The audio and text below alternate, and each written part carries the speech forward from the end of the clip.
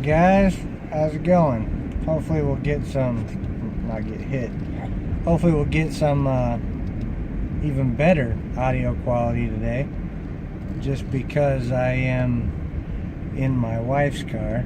Well, I guess it's our car. I pay for it, she drives it. I don't know how that works, anyway.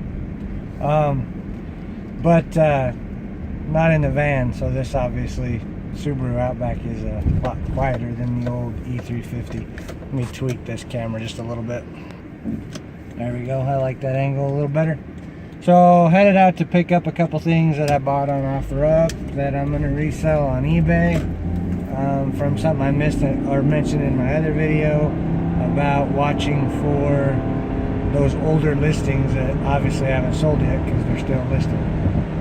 So going to do that and kind of going over something I might have mentioned, but my scale that I bought for FBA less than a month ago obviously has some issues, or I did something weird, but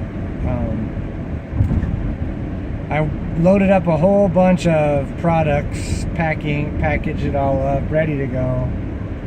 The box felt way heavier than it should have, and I put on the scale and it said 42 pounds, and I said, okay, great.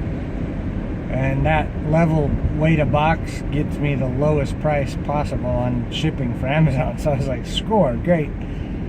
But it felt like more than 42 pounds in my gut. I was like, man, it's got to be more than that. So leads me to my tip for the day. Trust your gut, because I take it to UPS, the UPS store. Now, where I will tell you to do it different than I did is I gave the lady the first one, she scanned it in, good to go. Gave the lady the second one. Normally they don't double check, they don't care, they just scan it. It does do something in UPS's system. I'm sure that fees would get adjusted, but they'll still ship it. But when it gets to FBA, it's going to be over the 50 pounds and you're going to be in trouble. It was 98 pounds. So I felt better because I was thinking I was going to have to go to the gym since it was that hard for me to lift a 42 pound box. But come to find out, it was basically a 100 pound box. The problem is she had already scanned it.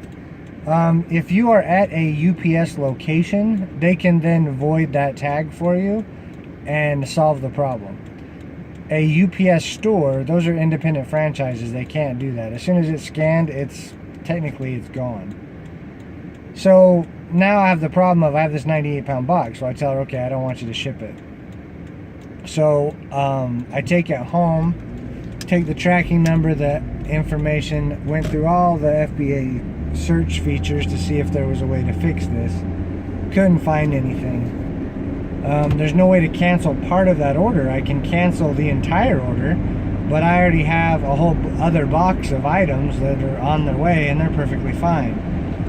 So I had to get on chat with Amazon, gave them all my information, and then even still they weren't able to fix it right away. They changed it to an email ticket, and then they're going to get back with me.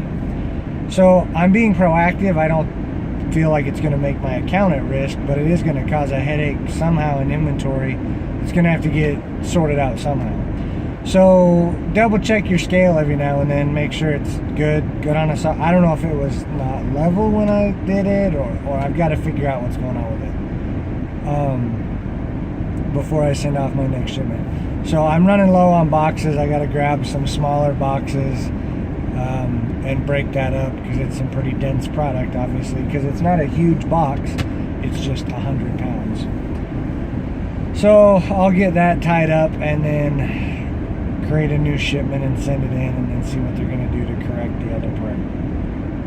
But pretty much that's what it is. So double check your scale and make sure you're sending that in properly.